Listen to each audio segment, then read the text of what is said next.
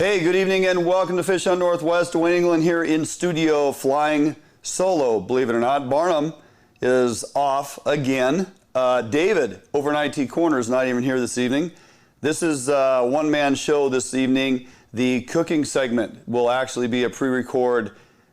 I'm going to get into all this. So I spent the week out at fish camp.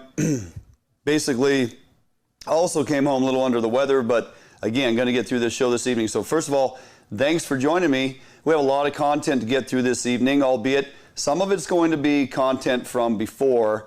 Again, I'll get into that in just a little bit. But before we get along too far into the show, I want to remind you that Fish on Northwest is presented each and every week by Better Homes and Gardens Pacific Commons, located in Puyallup, Washington, and we thank them for that. Lots going on throughout the Pacific Northwest and beyond. Hey, I want to remind you guys, as you're tuning in this evening, grab our content and share it out there. Our YouTube channel is starting to grow, and we appreciate all the efforts of sending that around. Getting folks to subscribe to our YouTube channel is important, and it's happening, and we just want to see those numbers continue to go up. Along with that, join us each week, throughout the week, on our Facebook page. That is where Barnum and I and a handful of others, some of our field correspondents now, are starting to share our content. And we just continue to load stuff up there and get interactive with folks throughout the week. We bring you this show live every Thursday evening, 7 to 9 p.m. But during the week, we live on social media, and that's where a lot of our content is generated from. So please take time, like our page, share our content, get it out there, and keep this going. So as I was mentioning, there's a lot going on throughout the Pacific Northwest and beyond in Puget Sound. I just got back from fish camp, a little bit under the weather, believe it or not, sleeping in a cold, damp tent during the monsoons that were hitting was interesting to say the least, but nonetheless, very, very great experience. The fishing in that upper Columbia is just absolutely lights out, and big fish. I mean, impressive fish. We got into a number of Chinook well into the 20-plus pound range. Most folks in camp on a daily basis were finding fish, catching fish. Keep in mind, we go over there, myself, representing media in what we're doing here, and that gets us into boats with different outfitters and guides, and we spend the day in. Most of the folks in fish camp, we're all familiar with one another. We're in the industry. It is Ed Iman's annual event. He brings in media folks from all walks of life, television, radio, article, writers. We all come together and we spend a week together with outfitters and guides, all other owners in the industry as far as equipment and things that you can purchase. Obviously, equipment as in fishing rods, fishing tackle. Work Sharp was there for sharpening knives and just a wide variety of folks that are involved in this thing. Excellent experience. Very, very good to reconnect with a handful of folks in the industry with our new show. And we have a lot of good things to come out of that. That being said, we did get out and fish. I got to get out and fish. They're still going strong over there even yet today. I had to get home late last night, obviously, to do the show this evening. So lots of fish caught. It just shows me the strength of that Chinook push that came into the lower Columbia and continues to move upriver is still fishing very well. But home from fish camp, on to the Everett Coho Derby this weekend. If you haven't got your tickets yet, there's still time. Sherry, I, and David will be out in David's 220 Defiance for the next 3 days starting tomorrow, and we will be involved with that derby and enjoying the opportunity to be up there in Puget Sound and fish. Friday's kind of a practice day, then we're going to spend obviously Saturday, Sunday enjoying all that it is, the Everett Coho Derby. Still have time to buy tickets. First place is $10,000, nothing to sneeze at. They have a ton of prizes they give away, all down to all levels of persons who enter fish into that derby. So it's a great opportunity for families, great opportunity for kids. They have a lot of prizes they give away for kids in the award ceremony. And they still have, obviously, it's the final leg of the Northwest Salmon Derby Series. So it's one of the biggest events, if not the biggest. Should be a couple thousand folks, we hope, participating in this thing. They're going to give away that fully loaded Weldcraft at the end of it via the drawing. If you've entered into any one of the single derbies throughout the year, your name is automatically entered into the drawing to try and win that brand new Weldcraft. So good luck. Hope to see you up there. We'll be kind of poking around and hanging out. You'll recognize us. We'll probably have shirts on that say something like Fish Hunt Northwest. And come up and say hi. Let us know what you think of the show. Always enjoy talking to people when we're out there on the road. Moving forward with some other things going on, openings and closings and adjustments to our fisheries. As the Chinook retention and opportunity moves upriver, that area that we were fishing via fish camp around that Deschutes, Klickitat area, that looks like it's pending a closure, possibly as early as this Sunday. But that fishery moves upriver, gets into that Vernita, Hanford Reach area. Now keep in mind, certain sections of that river, on the Columbia, the fish retention is one salmon, and they say one salmon, which includes either a Chinook or a Coho, okay? So check your regs. There's different boundary lines or markers that's going to let you know it goes from September 20th to October 15th or upwards of October 31st, depending which stretch of river you're on. Again, the retention is one salmon. Make sure you know what you can keep and where as these regs move upriver and continue to change and adjust based on the way the run's actually performing, okay? Something else that you may have gotten in the mail this last week is your crab retention, crab harvest card reporting. Remember, it is due by the end of, or by October 1st. I almost said October 31st. It's due October 1st. You have about 10 days or so to get that in, and you can simply do that online. It doesn't get much easier than reporting your crab harvest. Even if you harvested no crab, even if you did not go out and participate in the crabbing. And remember, our season got shut down relatively early in that Area 10 fishery for sure. We were done by the first week of the season, I believe. So remember to report your catch or non-catch. That saves you $10 next year when you go to get your licensing. If you don't report, they put a $10 fee on top of your licensing purchases, and you know, we give them enough money, so make sure you report. If you haven't downloaded the WDFW site onto your laptop, your tablet, your PC, whatever it is you're using, you should do that, because you can simply get on there. Not only can you purchase all your licensing via online, and then they're simply mailed to your home, but then you can also get in and electronically enter at the end of each season, whether it's turkey or the crab as an example, or your deer and elk harvest, or whatever game it is that you need to report.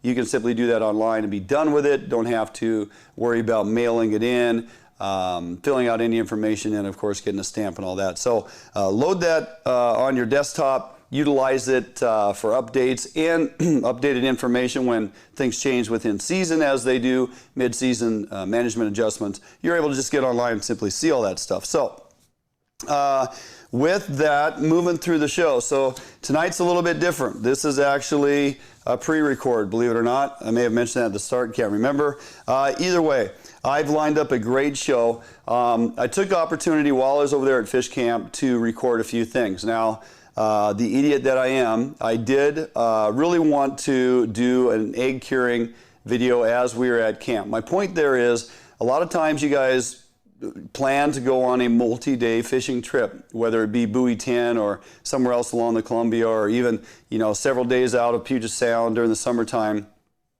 staying in a hotel, camping, whatever it is, 2, 3, 4, 5 days. You harvest fish with eggs.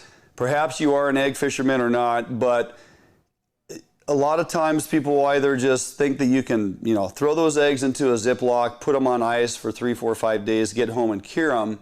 And I want to remind you that that is not the best way to conduct business. Now, you can cure them and they'll probably turn out okay, but the chances are they get a little bit of funk to them, they get a little bit of smell going. It's a protein-based source of nutrient that, as it sits in the refrigerator or sits in your baggie on ice, it starts to degrade and break down, and basically would begin to rot if it was left long enough. So the best thing you can do is take the freshest eggs that you can and turn those into bait that you're going to plan to fish later on this season for fall salmon, i.e. October, November. So it's really simple. You grab a tote, you put all your cure products of whatever brand you use. Obviously, I'm a Pautzke's and Atlas Mike's guy, have been for a long time. And I take a variety of stuff in a big tote and have options of powder cures, liquid cures, dyes, all those different preservative options I take on the road with me. It's a much better opportunity to cure those baits fresh and let them cure over a 1 or 2 day period. Then put them on ice in your cooler. Make sure the bags are sealed tight. Melting ice in coolers, creating water. You never want that water to get into your bait that you're either saving to cure, as in raw eggs, or that you've already cured. So do your best to double bag stuff. It keeps the cure from leaking into your cooler by chance if you have a small seep through a Ziploc. If you double bag, not only does it keep that from getting out into your cooler, but it keeps water from getting in, which is very important. I shot all that. I had a great how-to video, and of course, the way I lined it up, I thought I was good. And of course, I basically cut off half my head during a portion of that presentation. So we're not going to watch that one tonight. We'll just talk about it, and I'll remind you guys later on in season as we progress along or have opportunity to show that. With that, I did take opportunity over there at Fish Camp to sit down with Dave Ing of Dave's Fishing Guides Service, and it's Dave Ing, it's E-N-G. Okay, so fishing is F-I-S-H-E-N-G. If you're not familiar with Dave or what he has going on, Dave's Fishing Guide Service, and of course, Fishing Products. He has a line of products that he distributes, leaderboards and risers for your rod holders and things like that that mount onto your boat. He has a ton of really good small components and things you can add to your boat. Anyway, Dave's been in the fishing industry for years. I typically fish with him at least one day when I'm over there at Fish Camp. And he and I, over the course of years, have exchanged a lot of egg and bait cure recipes, a wealth of knowledge, very involved in conservation and doing a lot of things to improve our fisheries. A gentleman I hold in the most regard in the industry. Whenever I can spend time with Dave, I definitely do that. So I sat down with him and Aaron Peterson, Peterson's Northwest Guide. Aaron's been in the industry for a long time. He's a Lamaglass rep. He also has his hunting waterfowl. We talked a little bit about it, the snow goose opportunity that we're going to take advantage of this fall. But within this week, we were focused on fishing. Got out in both Dave and Aaron's boats on a couple different days. Had the opportunity to do the pearl troll fishery and Hildebrandt spinners with Aaron, and it performed very well, albeit it took a little bit to get going just because of weather changes and whatnot. Then spent the next day with Dave. Hover fishing baits is what we like to do. Dave's a bait guy, much like me, and both presentations on any given day can be the go-to. What's interesting is, and we discuss it in the interview that you'll see here in a little while, that you have opportunity to do the pearl troll, and some mornings it's just lights out. It flat out gets the boat limited in short order.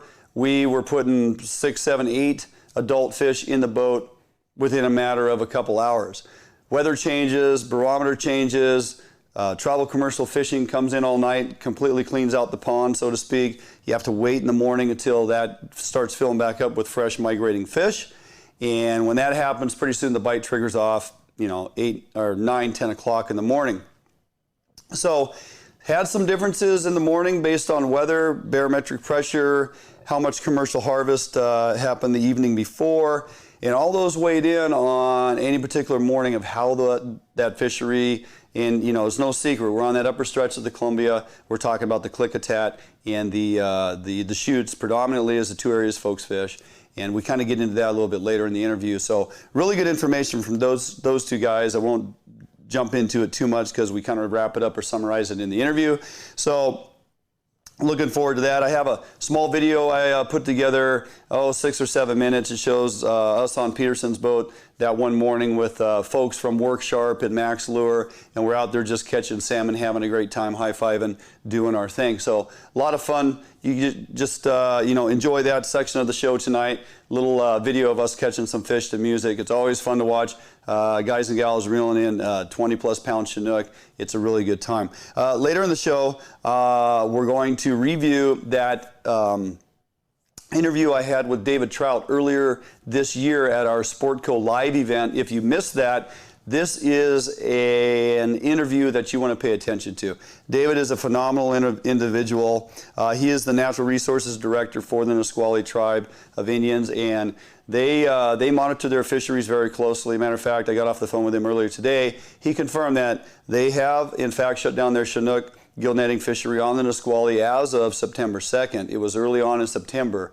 And again, if you pay attention to this interview later on in the show, you'll understand why. David goes into the information that they model their fisheries around, obviously, the impacts they have on their wild fish. That's their constraining factor. So when they get up against that number, whatever it is for any given season, it's going to shut down their gill net fishery, albeit they could have 20,000+ additional hatchery fish still coming upriver.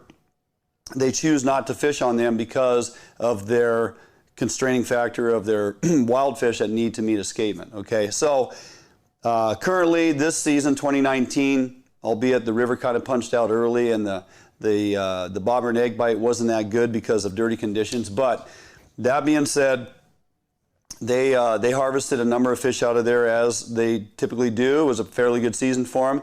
Now they're no longer fishing the Coho fishery, I believe, if I remember the correct date, or somewhere around October 2nd or 6th, somewhere in there that week, they began to conduct their Coho fishery, which is just fine. Again, they run that river, they monitor their fisheries, their Chinook program is second to none, and you know, hang in there for the length of the show. About midway through, I'm gonna roll out that interview with David Trout. It's at our live event again that was at Sportco earlier this year during tent sale.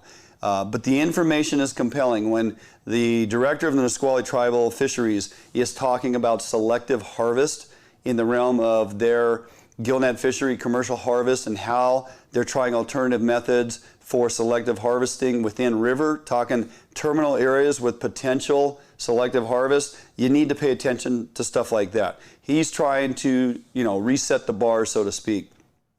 In doing so, hoping that they can find methods or means that they become better at harvesting the hatchery mark select fish, staying off of the wild fish, and hopefully that transitions to other tribes within the state as we look for alternative gear selection options when it comes to harvesting fish commercially in terminal areas. So that's a really good interview with David. Looking forward to that. We will revisit the cooking segment or the recipe of the week that we're going to roll out this week is the street tacos because, one, it's easy to do. Two, it's absolutely delicious. And three, there's a whole bunch of you out there right now with elk in your freezer. Just happens to be that time of year. Speaking of which, Barnum and his son Hudson, they both harvested their bulls.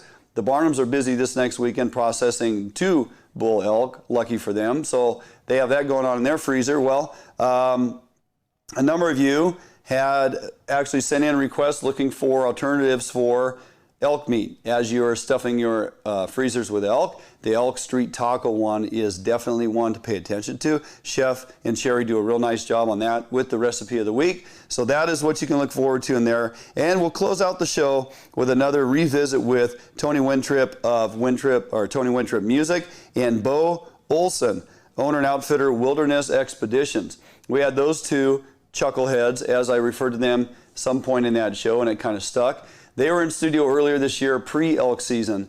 I want to replay that segment because Beau does a fantastic job talking about the draw system and permitting. And is it truly set up fair for folks to pay your monies, enter into the draw system, try and obtain these choice options or tags to go hunt certain areas? Beau has a great explanation on how he thinks the program needs to be revamped. And we got a lot of information sent in to us on that particular subject. And so we're going to replay that one, let you guys, now that, hunting is on the minds of many as we're well into our elk and deer season as we're getting started here. It's a great topic. Those guys do a great job. Always a pleasure to have them in studio. They're coming back in here shortly after the end of, after elk season wraps up here. So I want to revisit that one because there's some good pointers there. And hopefully it generates conversation for you guys to send us more info and we can get back to having that discussion and move forward with trying to get the state to change the draw system. So With that, we are going to jump out for a quick break. We come back, we're going to roll out that video I shot at Fish Camp of a handful of us enjoying that upper Columbia River Chinook fishery and landing some very quality fish, even though they're halfway up that Columbia River. You're going to be amazed at how good a quality these fish are. So don't go anywhere, quick break, and we'll be right back.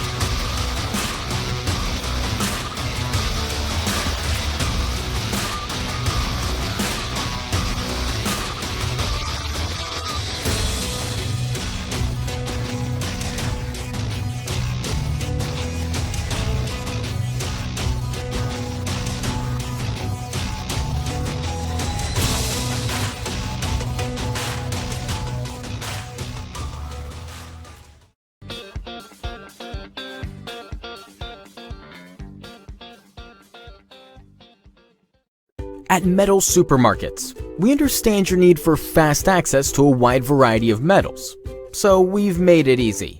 Our network of stores carries a wide variety of metal in all different types, shapes, sizes, and grades, with no required minimum order size.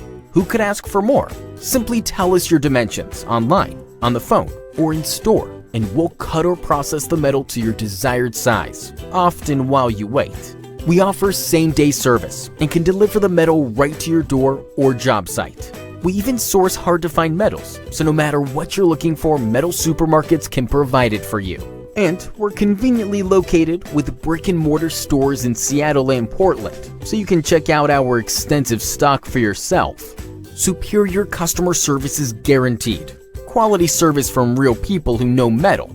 We are the small quantity metal experts. To place an order, simply call a store to talk to one of our knowledgeable customer service representatives. Fill out a quote request online, order off of our e-commerce website, or visit one of our many locations and pick out the metal you want. Whether you're a small or large business, government, homeowner, or hobbyist, we make it easy for you to buy the exact metal and just the amount you need. We've been doing this for over 30 years, so we know how to get it done. Metal supermarkets, the convenience stores for metal. Visit or call a metal supermarket store near you today. Hey, welcome back to FHN. Dwayne England sitting here in studio flying solo this evening. No Barnum, no David in IT Corner. Doesn't matter, we got a show to do, and I'm glad you guys are along to enjoy. So with that, I want to get to our video that we created, or I created, out of Fish Camp this past week. I want you to pay particular close attention to the quality of these fish. We talked about it quite a bit as we were at camp for the last few days. The number of fish that entered the Columbia River early August for that buoy 10 fishery, August 1st through August 20th. Remember, we only had a 20-day window. And the number of fish that were continued to be caught after that. We had conversations with Bill Monroe Jr., Cody, and a handful of other folks. They kept expressing how many Chinook were in that lower river. As these fish move upriver and we get this amount of rain that's hit us here in the Northwest the past few days, those fish are on the move and not slowing down anytime soon.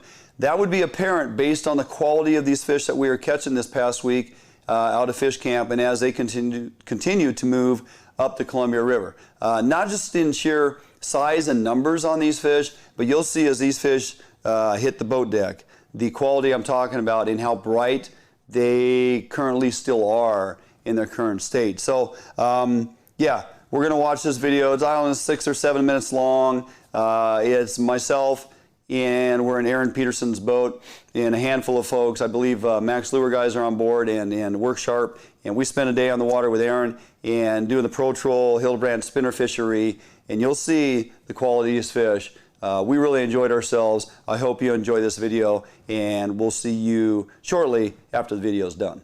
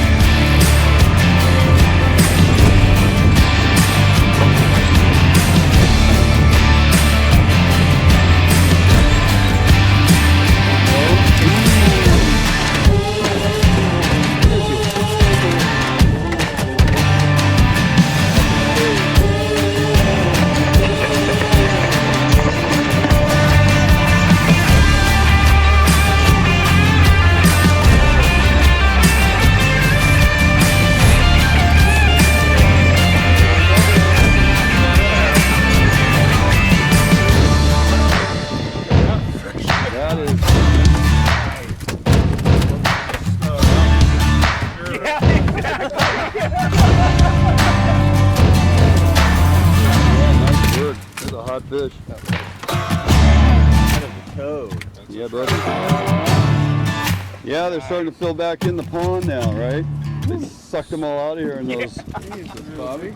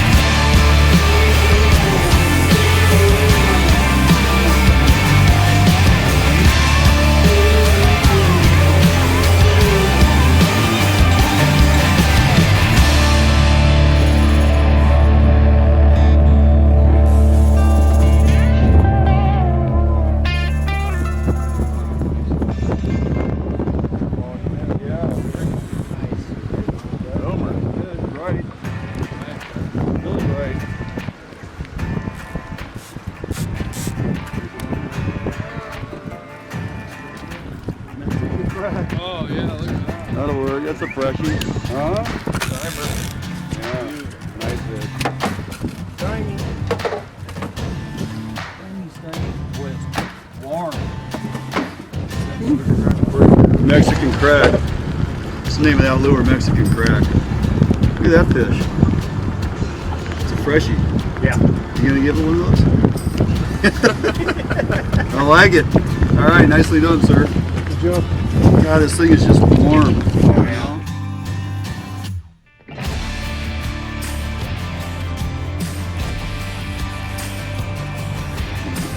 Real hot fish.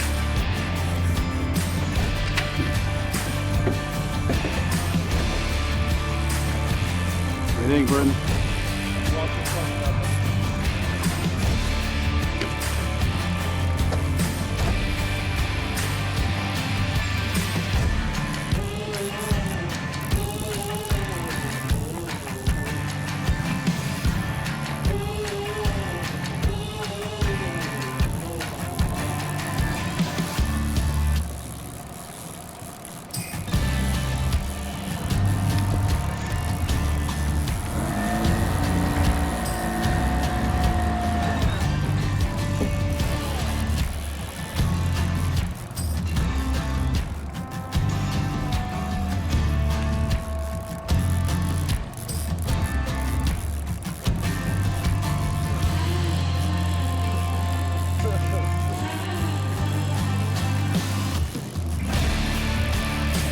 You getting a line on that thing?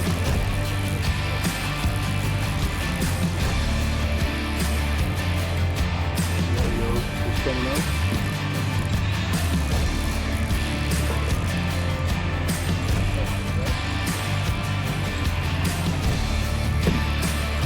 Ooh, there you go.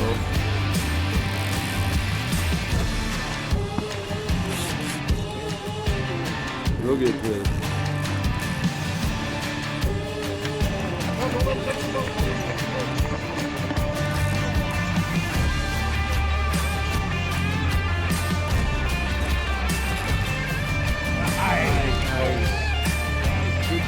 Yeah, boy.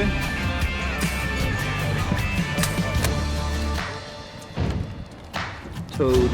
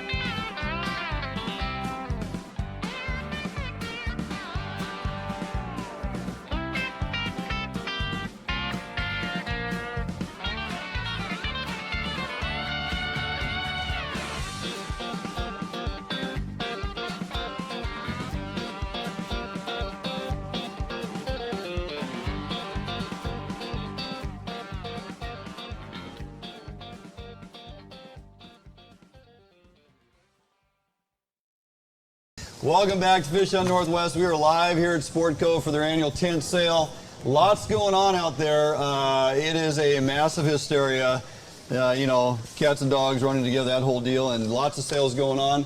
The guys that work here and the owners are smiling from ear to ear because there's a lot of merchandise moving out that door, Barnum. So, would like to take the time to introduce David Trout.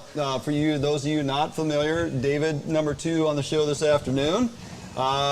Natural Resources Director, Nisqually Tribal Fisheries. Correct. And a few other things that I'm going to make mention of here, and I wrote them down just because the length of the list is lengthy. He served 12 years as the gubernatorial appointee to the Salmon Recovery Funding Board, the previous 4 years as the chair of that board, chair of the Nisqually River Council for the past 15 years, chair of the Puget Sound Salmon Recovery Council for the past 5 years, which keeps you extremely busy.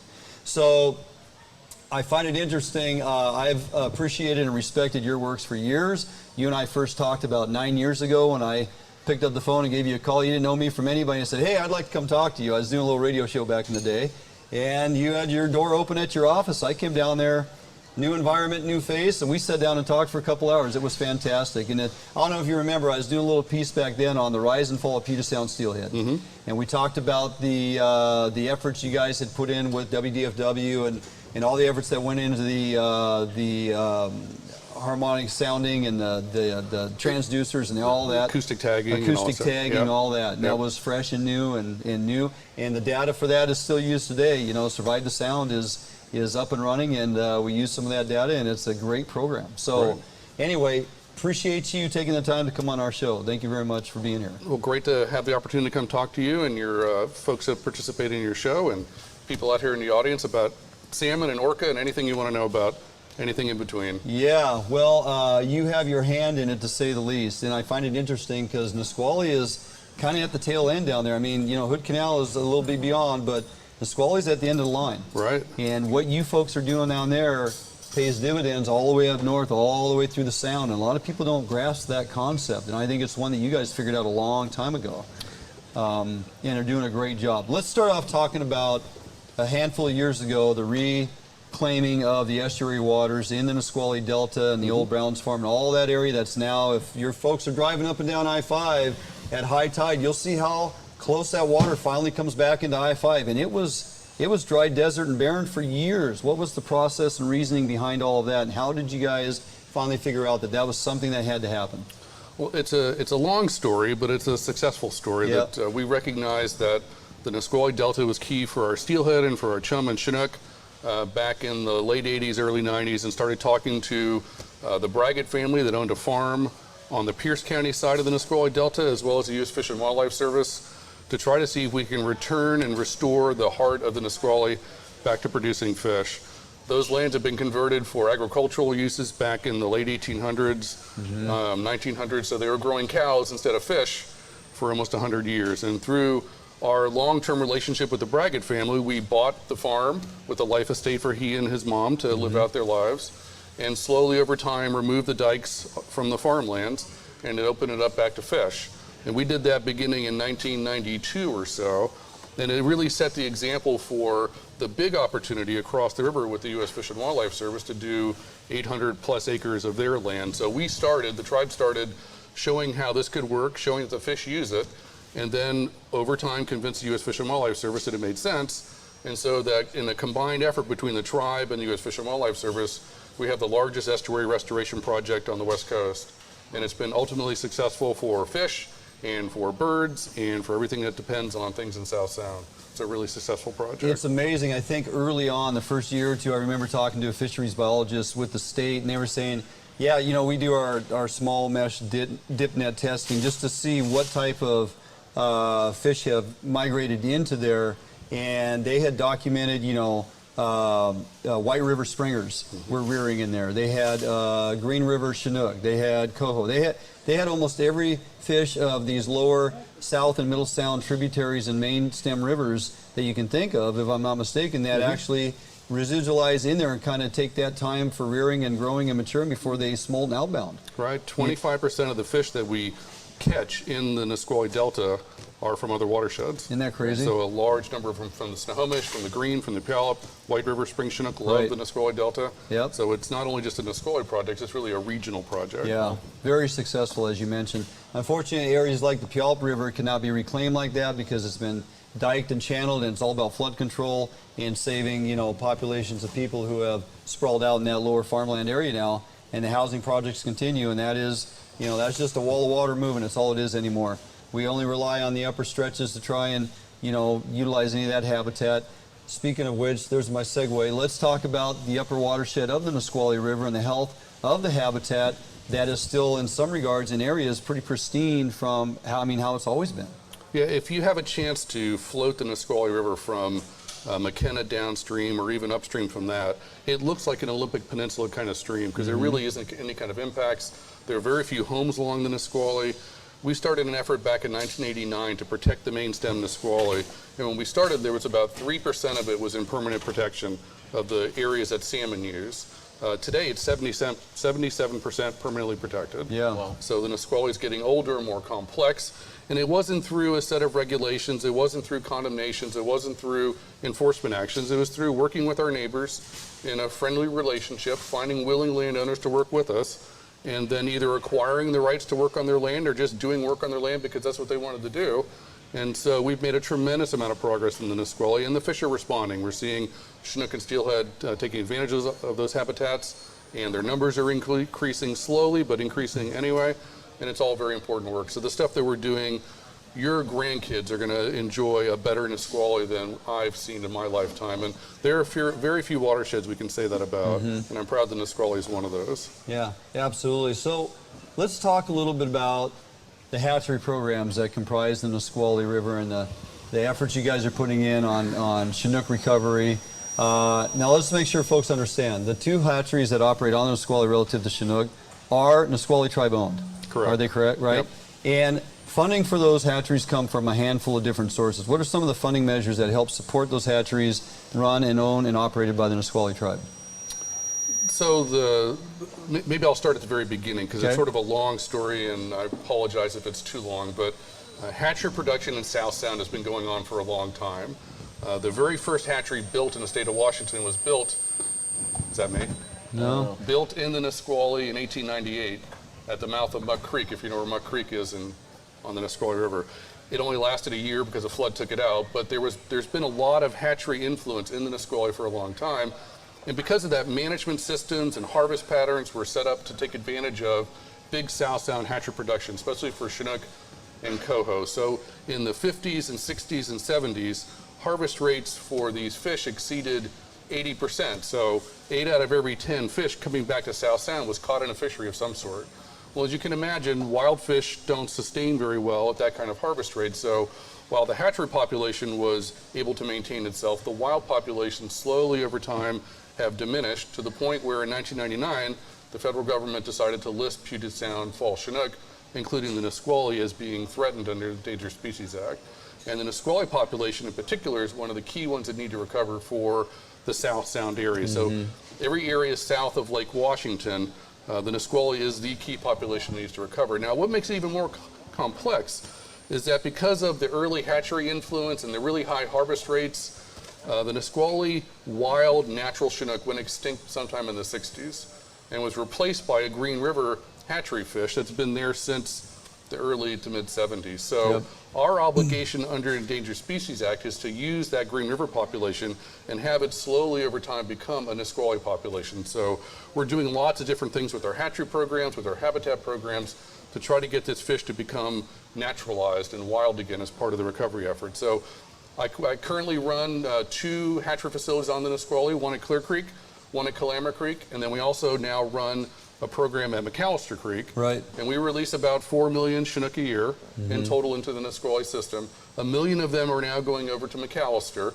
The tribe now owns the old water intake facility for the city of Olympia. It's a beautiful spot if you've seen it. Great water, the best water in the state of Washington. Fish love it. So we're rearing about 1 million Chinook there and 3 million out of the Nisqually. We started the McAllister program about 4 years ago. So this year is the first returns of 3- and 4-year-old adults. And I suspect that in the coming weeks, the old fishery that used to be out at the Green Can in front of the Nisqually is going to go on fire. Because when we used to have fish coming out of McAllister and Nisqually, we had some pretty amazing, I'm a recreational fisherman as well, some pretty amazing recreational fishing days out in front of the Nisqually River. So with the weather change and the fact that we're getting now towards the time when Chinooks start showing up, it might be time to turn some attention to the Nisqually to try to catch some Chinook. Don't let this out, but the green can's been fishing pretty good the last couple of days. So, but you only heard that right here. I was out there yesterday and it didn't do well for me. It didn't do well for you yesterday. So, what happened to your river? I drove over that thing this morning and it's like, well, we're done fishing eggs for the rest of the season. I'm going to be out on the salt now because it's punched and flowing milky and just looking horrible. So you know, the reservoir reverses the timing of the glacial flower in the Nisqually. So whereas like the Puyallup goes flower and sediment in the spring and summer, with the Nisqually it's late summer and fall. So it's now making its way through. This is what we're going to see for a while. Yeah, it's going to be like that for a while. So releasing $4 million collectively annually, and your percent of return the last 5 to 10 years, can you gauge that or really reconcile what that is? You know, we had some really bad ocean survival years with the blob and 15, the warm 16, temperatures. And so the survival coming back from those years was right around 1% to 1.5%. And we historically have had the highest return rates in Puget Sound for fall Chinook. Normally it's in the neighborhood of 2 to 3%. We're starting to bounce out of the blob issues. The forecasts this year are up a little bit. I think as recreational fishermen, you should enjoy that. I think in the next 3 to 4 years, we're going to see better returns and better forecasts and better fishing opportunities as we come out of this. So, you know, this year the forecast back to Nisqually is about 28,000 hatchery Chinook, of which the tribe is going to catch about 6,000 of those. So there's 22,000 fish out there for you all to catch. Go find them. So let's talk about hatchery production, tribal commercial effort. One thing that I've always been very mindful of and appreciate on your practices with the Nisqually Tribe, and correct me if I'm wrong, but I've talked to a few of the infield biologists over the years as I'm walking the gravel bar and they're sampling fish, and you just strike up a conversation. That's how you learn what they're doing, why they're sampling, what they're, you know. A couple of gentlemen have educated me over the years that, you know, we run our fisheries based on rate of return. If it's performing well, we basically give information to fishery managers and we come to a collective agreement on how many days of effort we can allow our commercial guys and gals to put out there. If the numbers aren't coming in, we're not seeing the adult fish in the year class we want and all this, we can bump that back. We may end up telling our guys and gals who are commercially harvesting with gill nets on the river, you're only getting 2 days for the next 4 weeks. Or we may expand that to 3. But I don't know of any other fisheries that monitor it that closely and don't just set season and just go and then tally it up at the end of season and go, well, we kind of overfished it, or we didn't have enough fish and so there's really no harm, no foul. But maybe help us understand that is or isn't what's going on with the Nisqually as you guys monitor and manage your rate of return and your harvest rates. Right. So pre-1999, pre-ESA listing of fall Chinook, our fishery was ramped up like all the fisheries in South Sound, and we were fishing heavily. Our harvest rate was about 65%, so we were catching a lot of Chinook. In our harvest, we would catch 20 to 22,000, mostly hatchery fish. But since ESA kicked into place, we manage our fisheries now not based on the number of hatchery fish that come back, but based on the number of natural fish come back. These Green River fish spawning in the wild. So it's the fish with adipose fins that matter. Right. So in our river, typically we'll get, to make the math simple, we'll get 30,000 hatchery fish and 3,000 natural fish. And so the 3,000 natural fish drive our harvest. Right. So we have to set our harvest rate to make sure we get enough fish on the spawning grounds of those natural fish, which means we're giving up a ton of hatchery fish. So this year I said 26,000, we're gonna catch 6, there's 20 for y'all. That's a lot of fish that we're not catching that we could potentially catch in the old days that we can't do now. So we set our harvest schedules very conservatively to be sure that we make our natural escapement objectives.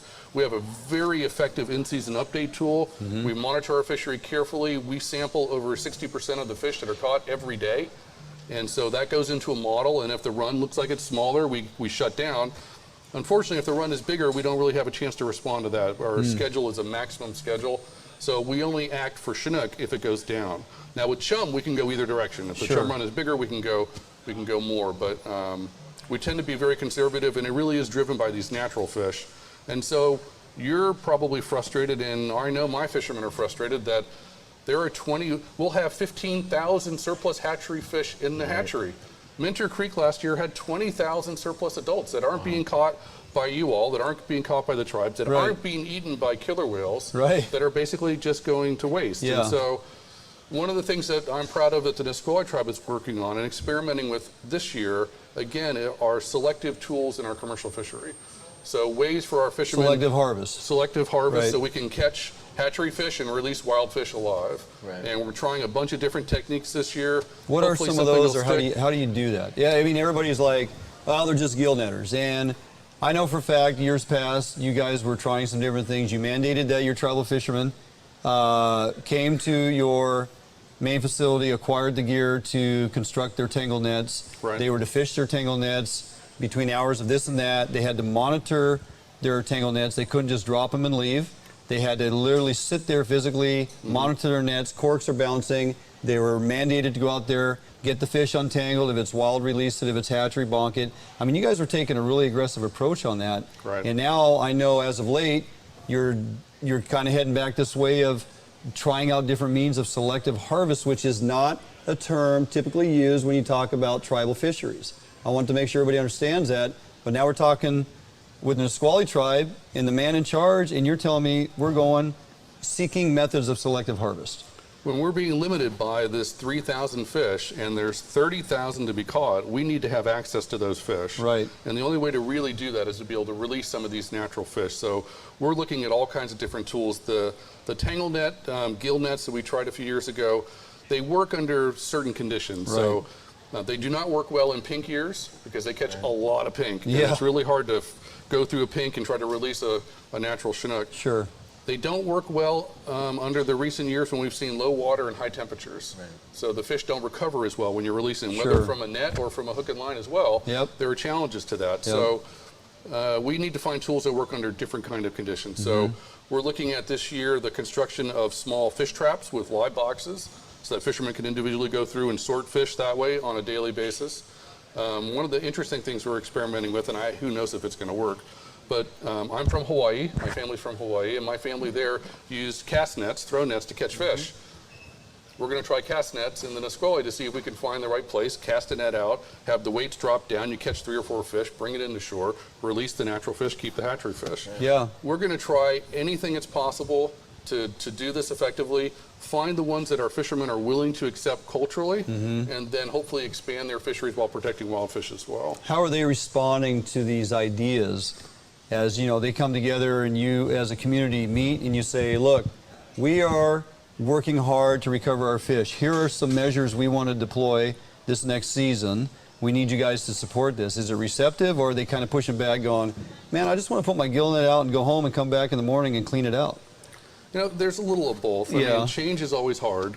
And if you've been doing something your whole life and your father was doing it before him, to do something different is hard.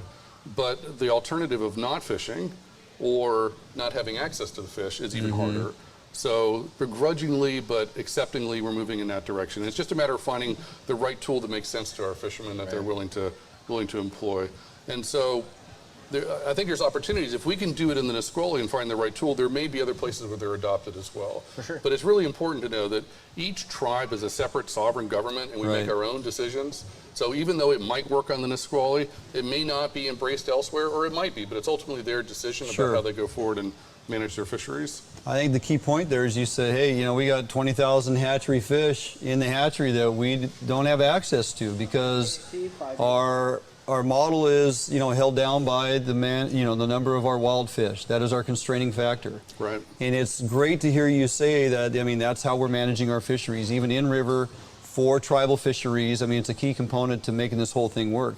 I know you guys have a pretty solid relationship with WDFW. How much interaction is there with their data in their science and biology in river and testing and working with you? How much of that information you guys rely on to set your seasons and really monitor your fisheries?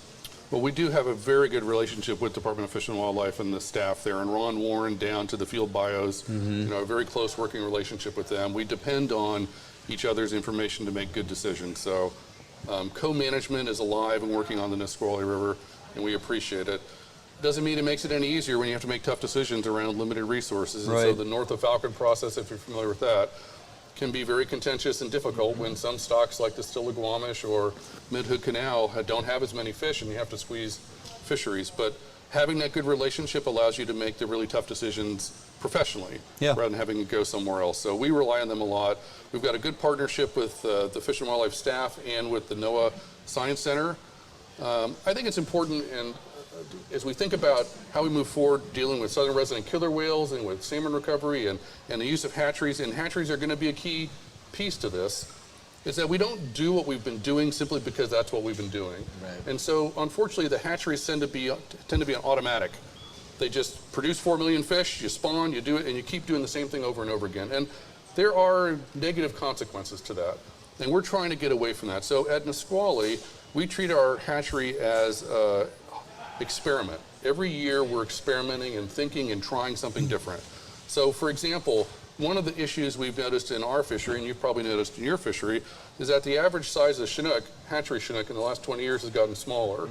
And so it's gone from 18 or 20 pounds down to 13 and a half pounds. Right. So our hatchery Chinook are more like Coho instead of Chinook. And that's part of the problem with the southern resident killer whales. They've evolved to hunt big, slower Chinook, and now they're being forced to hunt, in essence, Coho. Sure. And it's a real problem for them bioenergetically. So the last 2 years, we've taken on an experiment to see if we can increase the size of our hatchery returns, the average size. So we've set up a small lot that we're separately tagging and monitoring, where we are spawning big females and big males to try to produce bigger fish into the future.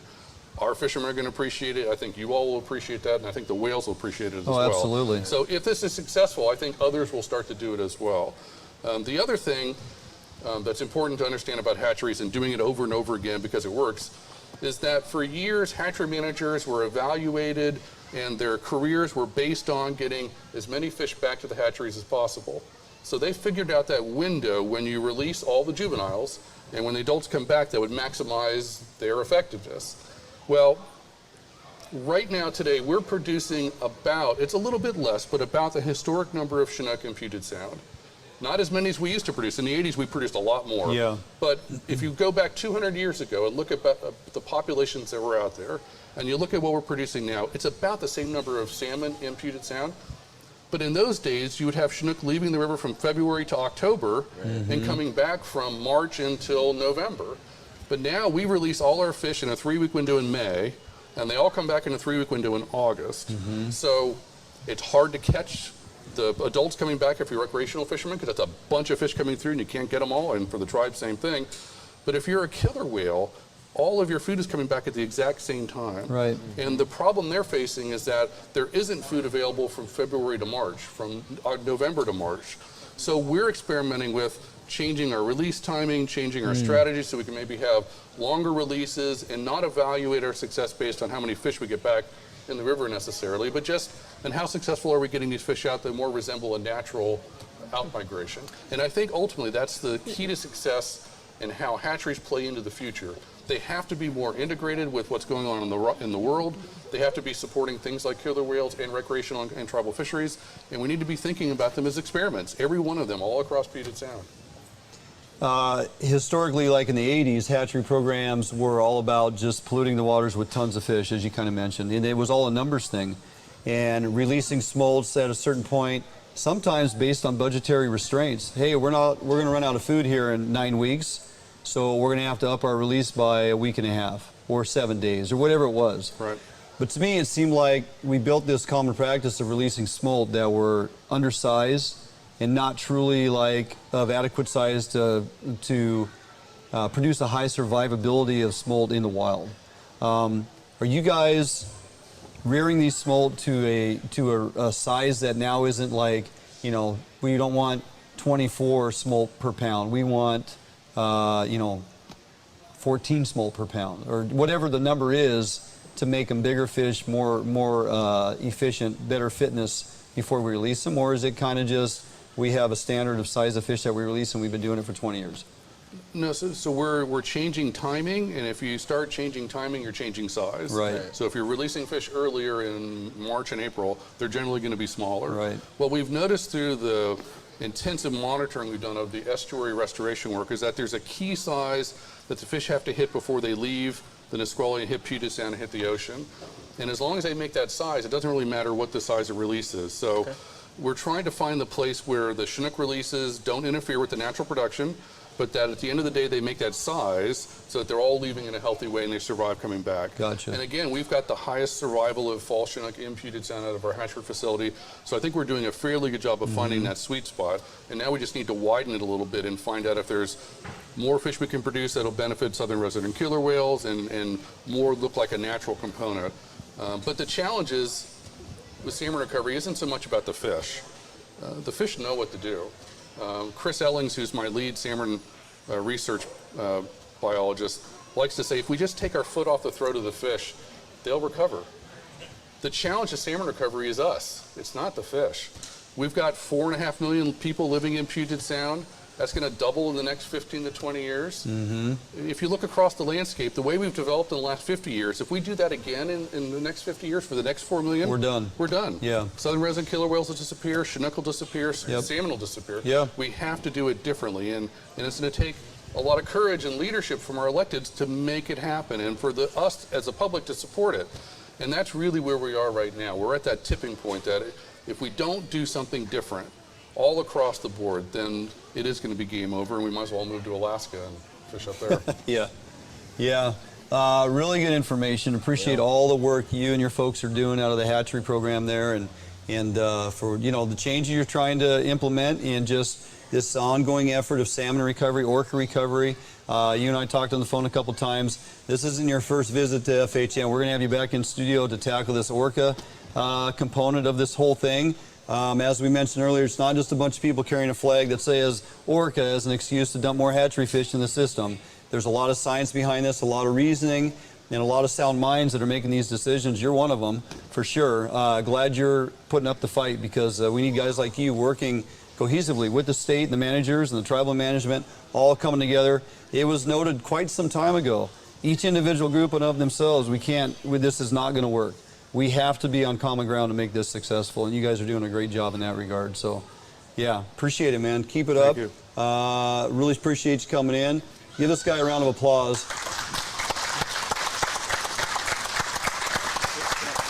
Now, I'd love to come back and talk orca with you, as long as we can split one of those orca loggers there. This was a little gift from Art Tashel down at the Point Defiance Boathouse there, and the reason behind that, as you know, obviously raising monies to benefit the orca recovery plan. So the Harmon Brewery out of Tacoma produces this beer. You can buy it at various locations, and every can that you drink, some of that money goes back to help save these orcas, and it's a good plan. But yes, we will have beer on ice for you when you show up at the house, my friend. So excellent. Appreciate it. Well done. Excellent information. I hope you guys enjoyed that, because it's really some good stuff going on with our fishery recovery. All right, we are going to jump out for a quick break. We got more items to raffle off. Sherry's over there waiting. So get your raffle tickets out. Make sure, if you are just joining us standing in the back, you guys need to find a chair. You need to grab your grab bag underneath it. You need to get your raffle tickets so you can win some free swag. We got fishing rods, we got crab pots, we got more stuff to give away.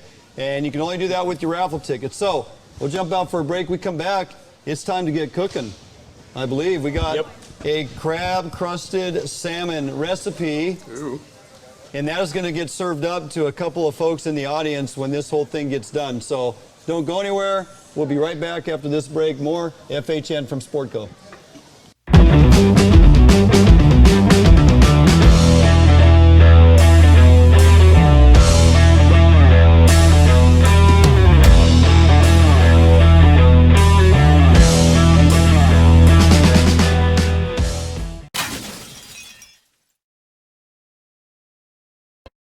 At Metals Supermarkets, we understand your need for fast access to a wide variety of metals, so we've made it easy. Our network of stores carries a wide variety of metal in all different types, shapes, sizes, and grades, with no required minimum order size.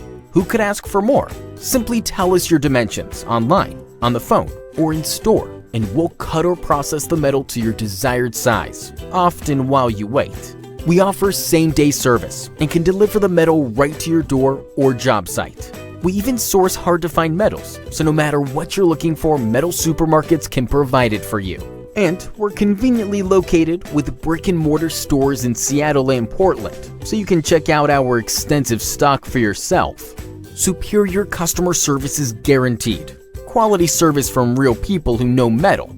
We are the small quantity metal experts. To place an order, simply call a store to talk to one of our knowledgeable customer service representatives. Fill out a quote request online, order off of our e-commerce website, or visit one of our many locations and pick out the metal you want. Whether you're a small or large business, government, homeowner, or hobbyist, we make it easy for you to buy the exact metal and just the amount you need. We've been doing this for over 30 years, so we know how to get it done. Metal Supermarkets, the convenience stores for metal. Visit or call a Metal Supermarket store near you today.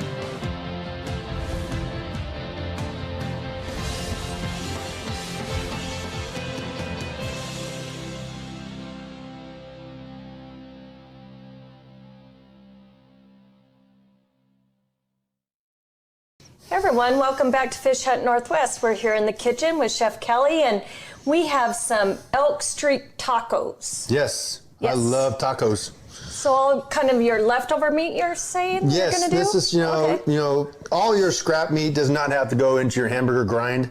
You can use it into your street tacos mix. And I use a pressure cooker called the Instant Pot. There's several other different brands. I just did a Vanna. Yeah, right. So I don't pre-sear my meat when I put it in the pressure cooker because I'm going to pre-sear, I'm going to sear afterwards. So. Oh, okay. Okay. So I just put it in there with about half a can of chipotle peppers and half an onion diced up, about a tablespoon of cumin and salt and pepper, and that's it. And then let her rip, and I eat it for 40 minutes, and it comes out, as you can see, just fall apart. Yeah, it just fall apart tender. Whereas if you did it in the crock pot, it'd be all day in there to get it like that. Yeah, you know, so that's why I kind of like. But it can be done. Yeah, absolutely can be done. If you only have a crock pot, let her go, and just put it on low. Don't put it on high, because this is very lean meat. So, trying to rush this thing is not going to get you anything, get a good product out of it. Okay. So, but first we're going to work on our sauce, and so. Right here, I have, I took about 5 New Mexico chilies, and I took the top off, dump out the seeds. Are those dehydrated, Chef? Yeah. Okay. Yeah, you can find these in your major grocery stores. And this is a ancho chili. This is also another one. I really like 5 to 1 of these. These are kind of like kind of raisiny texture, but it has it has a nice flavor to it though. So I like adding like 1 of them to like every 5 of these New Mexicos, or Guajillo chilies is another good one choice. So I boiled it and for probably like half an hour, and then I strained it out the liquid, and there you go. That's what's left over right there. All right. Okay.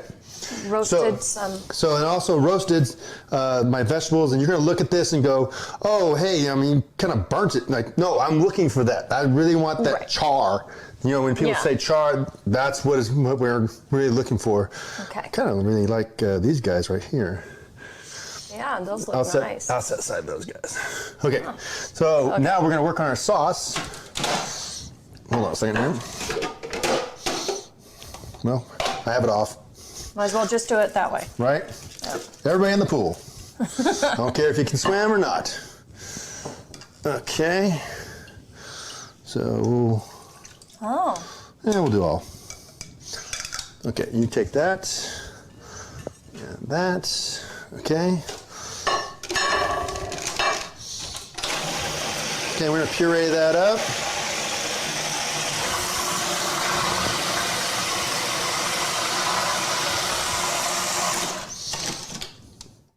Yeah, we're almost there. So we're gonna add. That's not. Kind of. So you kind of keep it a little chunky. I mean, it depends what you want to go for. You know, if you want to stop right there, that's fine. Okay. Okay. And this is called Rojo sauce. Rojo sauce. Rojo sauce. Not Joe. Yeah, you wouldn't say San Jose, right? Okay. Okay. Well, maybe. All right, so add a little salt, add a little lime. I want it a little smoother. All right.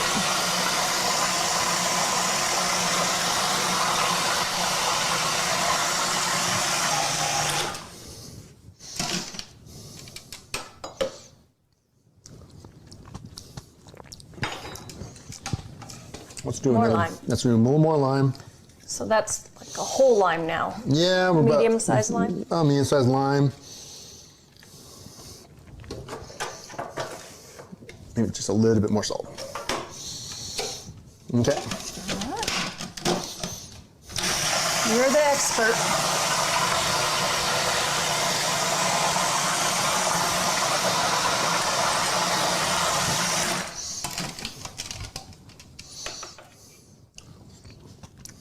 Oh yeah. Good to go? Okay, go ahead and put that inside there. Okay. Take care of that. Okay, so now we're gonna be working on our taco meat. We're gonna get this crispy first. Pan's already hot. What is it, this one that comes off here? Oops. I just spilled through it.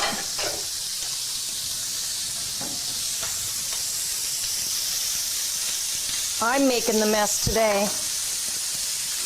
Can't take her anywhere. Yeah.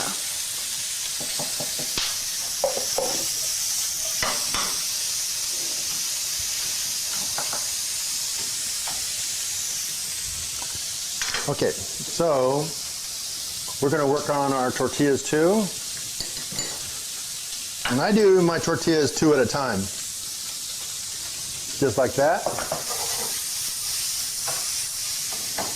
Yeah, so it crisps up the outsides and it steams them in the inside, correct? Yeah. So we didn't throw away that leftover juice, we're just reusing it. We're Okay. gonna reduce it down.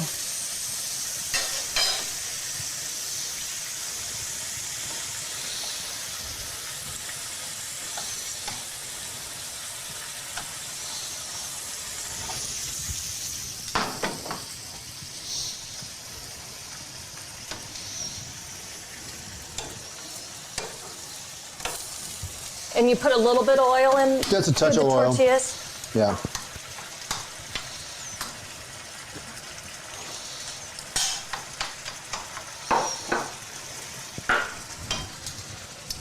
Awesome.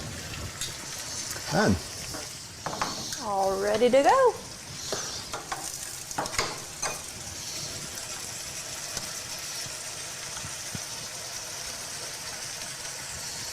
Only takes a couple minutes on there. 30 seconds. Okay. Okay, so remember, this is street tacos, so this isn't, you know, lettuce and tomatoes and cheddar cheese, okay? I'll add my cheese. Uh-huh. Yes. That's just me. And if you wanted to, you could do the double tortilla, you know, style. Yeah. You know, if you wanted to do that. I'm more of a single tortilla style kind of a guy.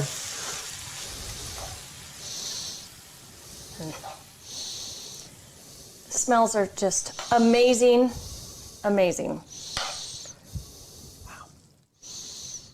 There we go. Like that.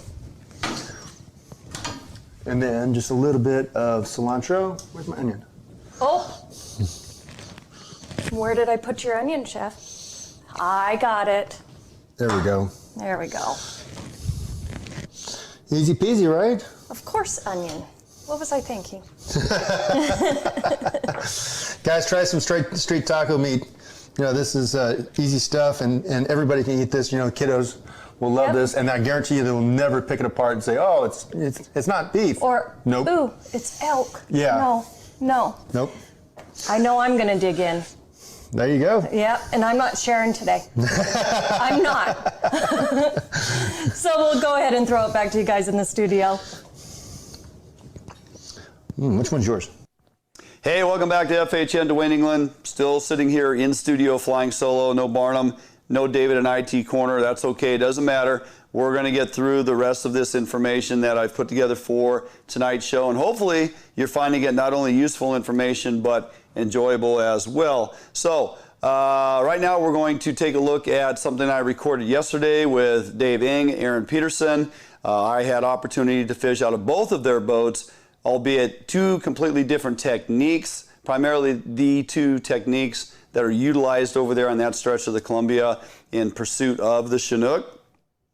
To both their credit, all of us on board with them each day, we were able to put limits in the boat on adult Chinook. So with Aaron, it was Pearl Trolls and Hildebrandt 3.5 spinners and different scents and whatnot. With Dave, of course, we are hover fishing bait, and it's such a pleasure to do that. If you're ever able to do some hover fishing and feel that Chinook bite, that is something that you won't soon forget. So sit back, enjoy the interview. There's a lot of compelling information from both of these guys. They're absolute professionals in their industry and well respected, and I enjoyed talking to both of them. So enjoy this segment of FHN in the Outdoors, talking with Aaron Peterson and Dave Ing. Hey guys, Fish Out Northwest. We're here live on location at Fish Camp. We've been here for the better part of a week. My guest this afternoon here in the outdoors, we're going to deal with the wind and whatnot, but we're going to get through this. Dave Ing of Dave Ing Fishing's Guide Service. Aaron Peterson, Peterson Outdoors. Peterson's Northwest. Peterson's Northwest. Yep. You guys have been guiding a long time. Quite a while. Yeah, quite a while. We're here at Ed Iman's annual fish camp, and if you're not familiar with that, one reason I want to come out here and do this with these guys, because the handful of years that I've been here, and Dave's been here for 10 or 12 years, Aaron, you've been here 4 or 5 years, yep. Something like that. I've been hit and miss, but I think I've been here all told maybe 5 or 6 years. It's a great opportunity for persons like me involved in media on one platform or another, whether you're a writer, you host a TV show, radio, that type of thing. So you get media mixed with outfitters and guides, mixed with persons in industry, business owners, marketing, tackle, fishing rods, gear, clothing line, all those things, right? It brings us all together. It's a great concept. As a media guy, I spend a day in each one of your guys' boats with guys from Workshark and Max Lure and Fillet-away fish mats. So all those guys are here, and we mix everybody up, and we go out and we hope to catch fish, and we come back and we process our fish, and we get to vacuum pack them with Tom's fantastic machines, and everybody goes home with fish. And for those of us who are greedy, we go home with eggs, and we try to make that all work. But the fishing this year, incomparable to years previous on some of our downturn years, man, fishing this year has been pretty darn good. Yeah, last year we weren't even allowed to fish for salmon. We couldn't keep them. We were walleye and walleye, sturgeon, or trailer into Drano Lake. Right, and drive. Yeah, from here to run back to Drano just doesn't make any sense. But if folks wanted to go salmon fishing, that's what we had to do. I got stuck at work last year, so I didn't get to come and deal with all that. But this year, with those numbers of Chinook that were forecast to be in that lower Columbia, which we all know how that went, it fished very well for that 20-day open. And then it rolls right into Coho, which is happening now. Well, those fish don't stop moving, and they're here now. And holy cow, even though we had this pressure system move in the last couple days. The first day we're driving in, complete downpour. Aaron, you've been here fishing for a better part of a week or two? Or? Yeah, this is 8 or 9 days. Okay. Yeah. So you were fishing, the fishing was good, that pressure system moved in, kind of changed things a little bit. Slowed. Still decent. Yeah. And great by anywhere else's standards. Yeah, I mean, when you limit an hour. Unless you were on the Nushagak. Right, yeah. The comparables are Nushagak. I guess our Washington and Oregon fisheries are doing pretty good. Yeah. So I rolled in here, what is today, Wednesday? I rolled in here Monday, torrential downpour. West side's just getting a soaker. Inch of rain, wind. It rained all night. We got up Tuesday morning, and I jumped in with Shane Magnuson, Upper Columbia Guide Service, and we limited the boat with the Pearl Troll and the Hildebrand spinner, the whole 3.5s. Really no secrets in that regard. That's become commonplace. Chrome Pearl Troll, Hildebrad's painted in different colors. Aaron, you got some amazing colors going because you got some custom stuff, right? Yep. And but there's something you said about boat control and presentation and troll speed. And Aaron, talk a little bit about that Pearl Troll fishery and what makes it effective, or if you're out there doing it and you're not finding success, maybe what are some of the things you're not doing right? Well, you can go from obviously the speed, the thump of the Pro Troll, the bumper length, the whip on the Pro Troll, leader length, what your bait's doing, how much lead, what contour line you're fishing. I mean, there's so many factors. There are variables. It's not a slam dunk. Right. There's a ton of fish out there, but it's not a slam dunk. Leader length, you would advise on short from Pearl Troll to spinner blade. 30 inches? Yeah, I go anywhere from a 25-inch leader to a 32-inch leader. It depends if those fish are really snappy. Yep. If you're fishing in the mud, you're fishing suspended. But, I mean, super baits, hitting that 30, 34-inch spinner's a little shorter. A little shorter. Yep. And packing your super baits with flavors, tuna or sand shrimp scents, or, just all the common stuff that these fish respond to. They're doing pretty good on krill right now. Yeah. Obviously, anise is a base and something everybody uses, but Yep. krill's popping pretty good right now. Any particular colors stand out more on your super baits? Yellows, reds, warmer water, the reds seem to always be that aggressiveness. I've done really good with yellows this week. Haven't really done too much with greens. Greens are always really good with salmon. Yeah. Yellow's been pretty hot. Do we have much of a temperature? Yeah, right, grabbing that light. We have much of a temperature difference between water dumping in at the Klickitat here versus the water dumping in from the Deschutes? Honestly, I haven't fished the Click this season. I've been up here. But, I mean, we're fishing the main stem 70 degrees. You start getting close to that, the Deschutes water where it's turning, and it's getting as low as 60, 62 degrees. Yeah. You got to really work those contours and find out where those fish want to be. And are they shooting? Are they holding? Are they circling? There's a lot to it. My first day was, like I mentioned, I was with Shane Magnuson and a group of folks, and we were down further. We were out, down in front of that cliff. There's no secrets here. You got two main areas people focus on their fishing up here. When you drive up the highway, you're going to see where all the boats are. It's, so there's, don't mention rivers, but this is the Columbia. And you have tributaries feeding in, and these are where these fish pile up, and everybody knows that. So the amount of boats was decent. People are definitely showing up here to fish. The numbers were impressive, marking lots of fish on the finders, and pretty good limits in short order. What I found interesting is previous years when I fished down there, and Dave, I fished with you a few years back, we were hover fishing out front of the cliff, and it was like 80% hover fishing, 90% hover fishing, and then maybe Shane O'Mac out there on the troll, and Austin Mosier out there on the troll, and that was about it. I mean, it was not that many guys trolling, like 4 years ago. And they were downriggers. And guys were running downriggers. It wasn't a lead dropper. The pole troll thing was just kind of starting for a handful of folks. But the hover fishing was getting it done. And we went out, I know we went out with you that year, and just smacked them in short order, right? And so I'm down there fishing the other day, and I'm like, oh my God, it's like 90% troll. Reversed. And there's like 4 guys kind of clumped in that little bowl right there that were hover fishing. We come up here higher outside the Deschutes, and it's kind of mixed, but good percentage of troll, I think there's more guys hover fishing today than yesterday. Maybe I was wrong. Well, they were smart.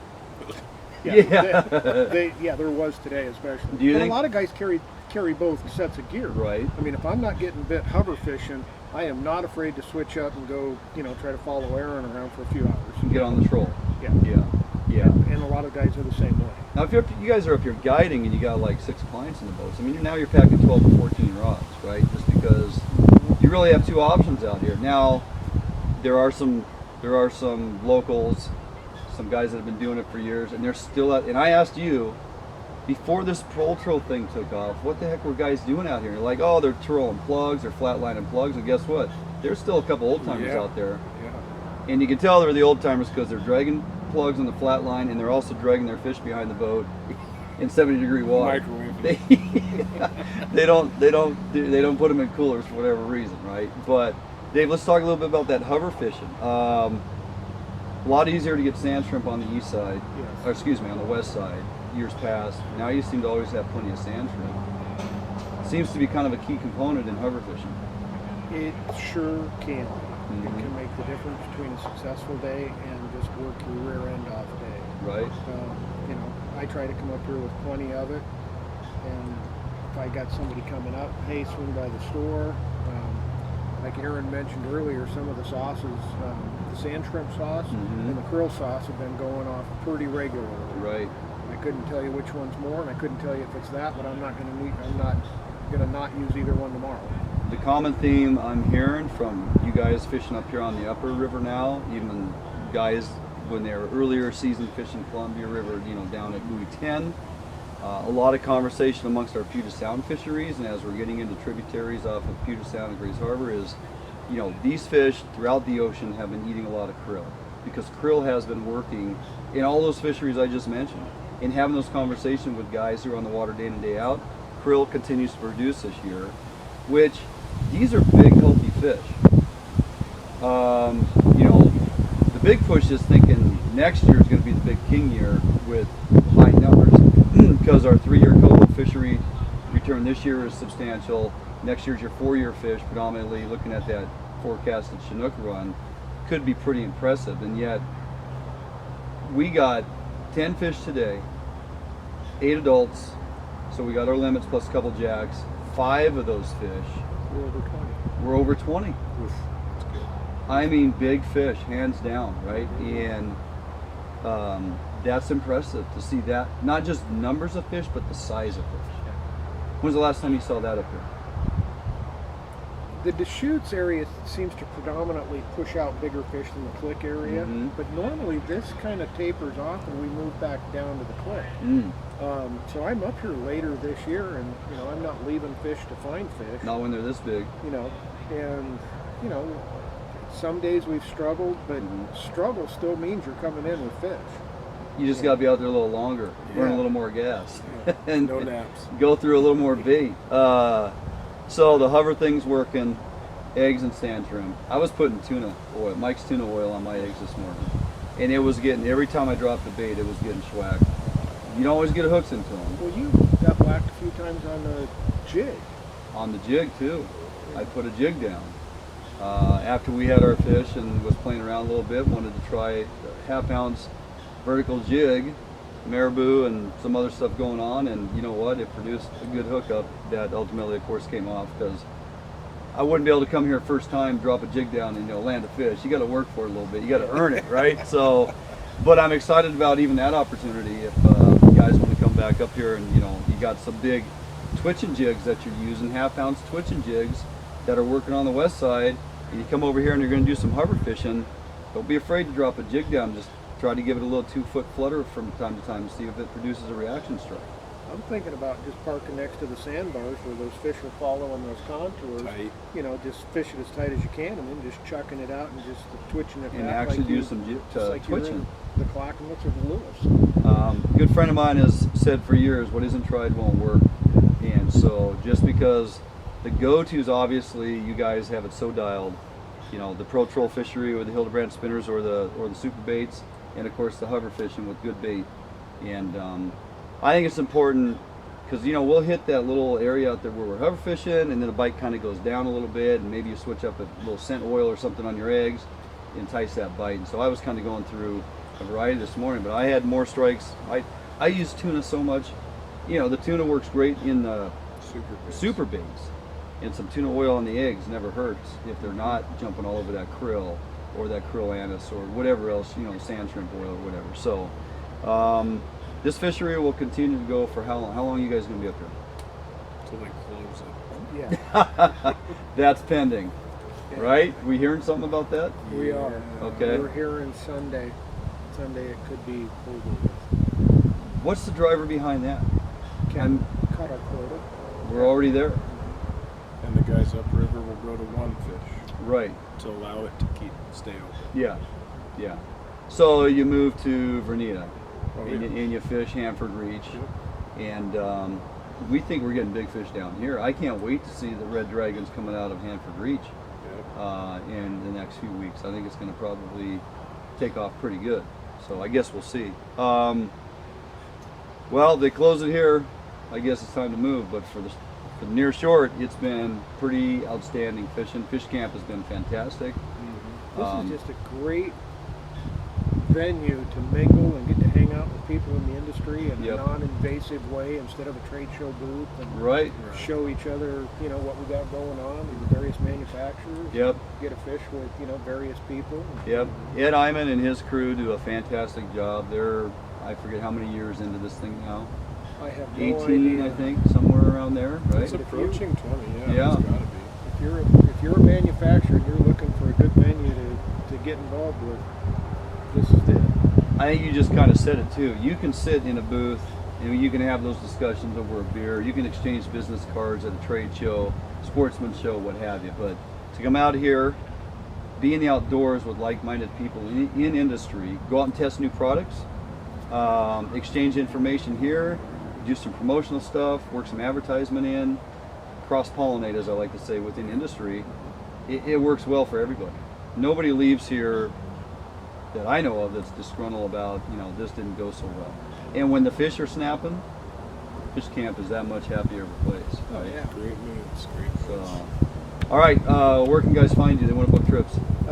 Fishing.com. Okay, simplest way. Yeah, Plus, you got your product line. I've got fishing products. Right. We make leaderboards with, you know, foam with the slots Yep. that fit the different boards. We make aluminum rod extensions For your boats, yep. Get your rods up in the air. Right, And a few other products. They're Yep. all online. fishing. Okay, how about you?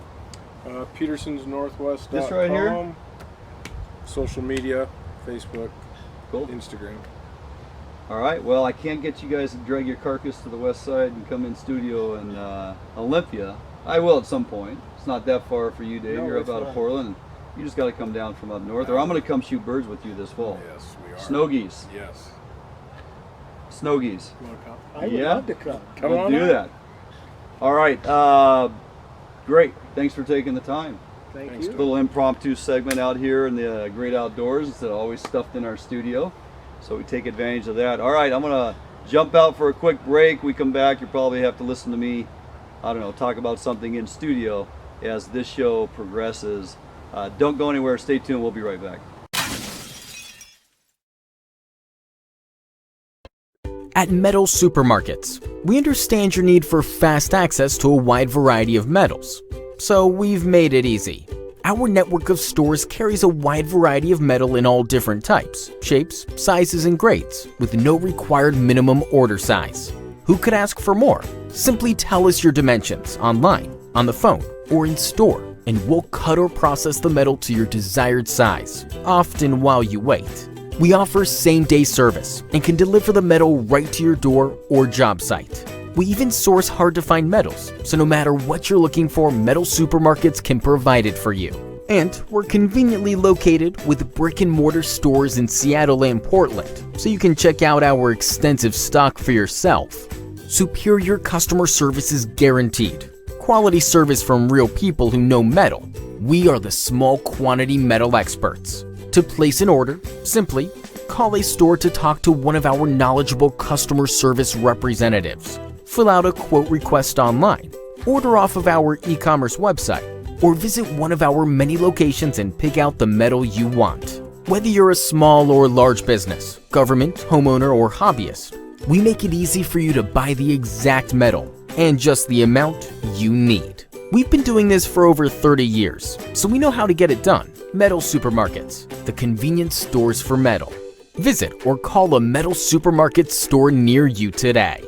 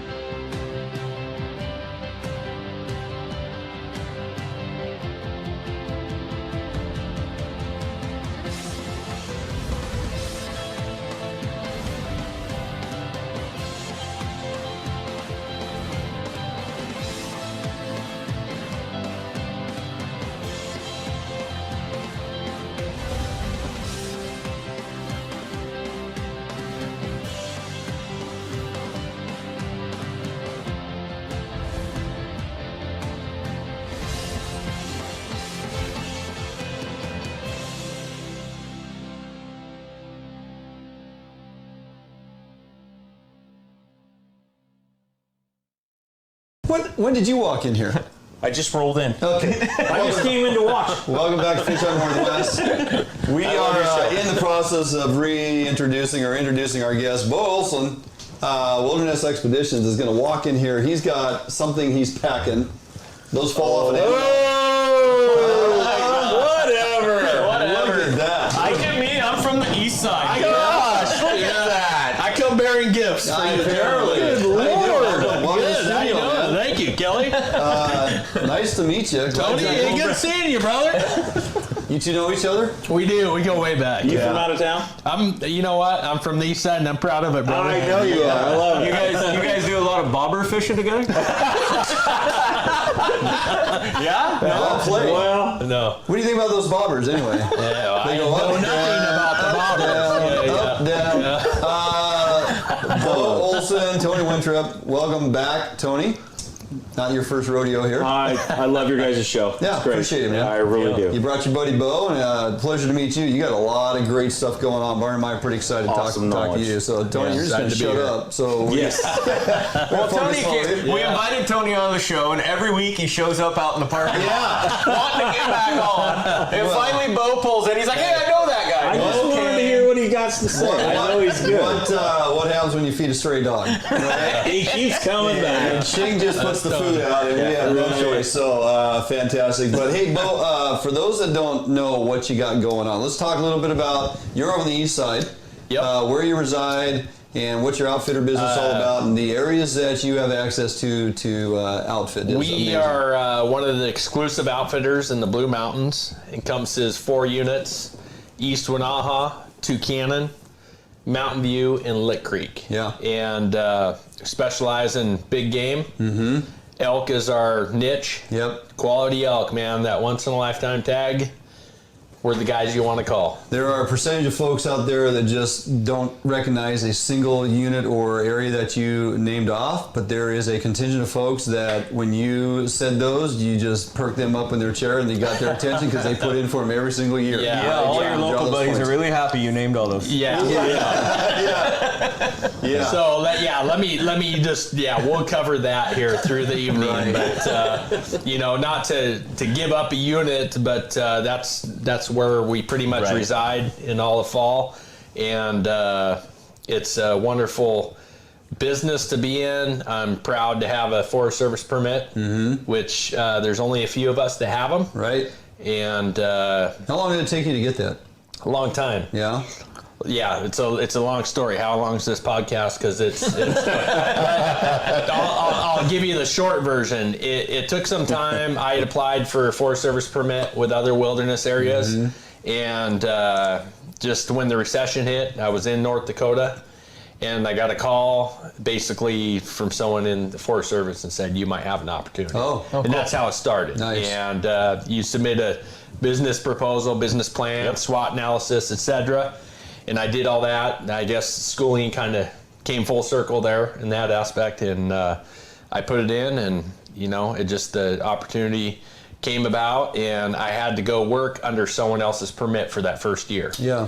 And the gentleman's permit that he had, it was basically dormant. So my first year, like on Hunt Washington, you know, I'd get on there and people would say, well, there's only one outfitter in the Blues, and that's Dave Waldron, Western Life Outfitters. And Dave has the western half of the East Wenatchee. And then I have the greatest half of the East Wenatchee. The best half. Yeah, the best half. But it just kind of came about in that first year. We were kind of growing some legs, you know, getting our feet wet, and people were still like, well, there's only one outfitter. And then it finally came about to where that first year, like, we had to kill 3 quality bulls to kind of get our name out there. And I did everything in my power. Harvest. Sorry. Let's get that straight. Try not to offend Tony. Yes. We're trying to harvest. Take three takes, of elk, And so anyway, we did that, and we kind of offered something different than the typical, you know, pack string outfitter did, and people liked what we had to offer. And I will say this, and I'm very proud of this, how far we've come, but what we started off to do, and that was provide something that no one else has ever done in the Blue Mountains, is basically provide them with a almost 100% shot opportunity. That's unheard of. We are 95% success rate in 7 years. That is fantastic. Wow. I'm very proud of that. Absolutely. Absolutely. So, I mean, elk is a huge part of what you got going on there. What other opportunities do you go after, and what type of trips do you set people up with? Elk is our niche. We haven't really got into summer pack trips. You know, people want to get into glamping and all that. That's not what we're about, man. We strive for the hunter. That's what it's about. Tony's a glamper. Well, Tony's glamped. Look at him. Tony's glamped a couple times. Hey, Tony's glamped with me a couple times in a winter snowstorm. And, how many guitars? How many guitars does he take on a backcountry trip? I closed my buns off one night with this thing going on. I have told Tony this. I actually promised Tony this. I said, with the right client, we are going to have Cody meet you at the trailhead, pack you in with your guitar and all, playing it all the way down, because Cody's going to expect only that. Okay? I'm in. Yeah. Dwayne, I'm in. Yeah. Video the whole thing. And the right camp, and you know what? We have one client for rifle season this year, and you guys all know who they are. He did tell me that he and was I think afraid they will of, be perfect. He was afraid of going into elk camp and coming out with a case of the glamp. What he told me off the record. Okay. Well, he's not in our camp. No. I know that.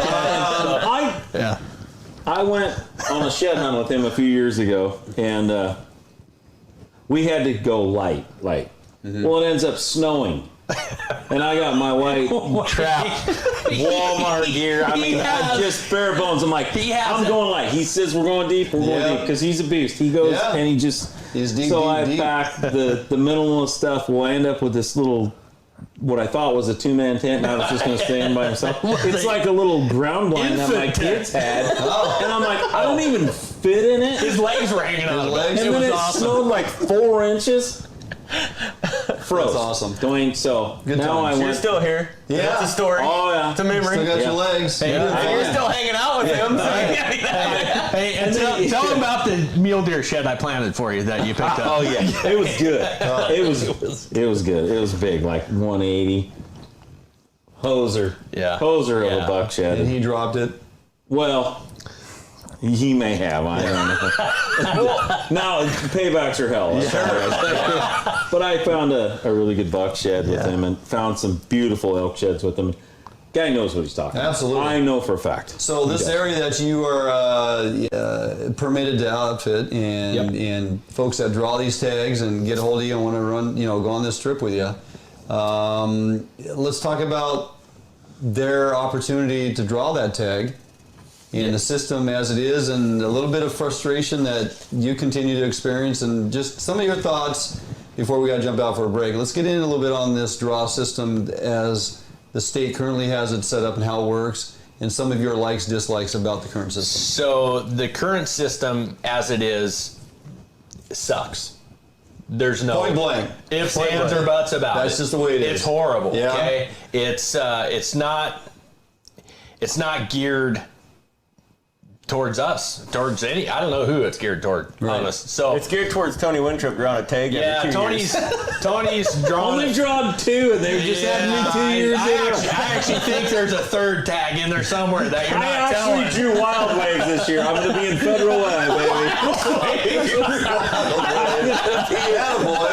Now that's a draw. And That's a sightseeing tour. That's a good He one. doesn't know that. He knows every unit in the state but wild waves. So I have to go to wild We waves. used to sneak into wild waves. You paint your hand yellow, man, sticking under the light, cut it through. Let's real quickly. Let's talk. Okay, if it's a broken system.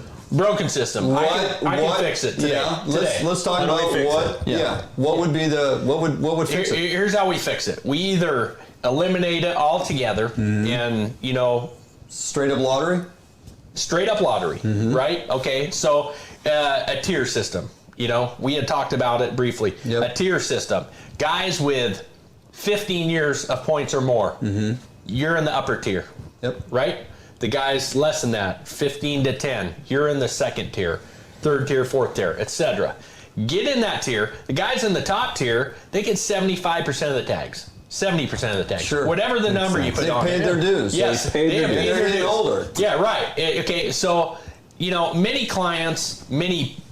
potential clients I have, I talk to over the time, they're waiting for one tag. Whether it be my unit, they want to go with Dave, whatever the case may be. Sure. Okay? They want this quality elk tag.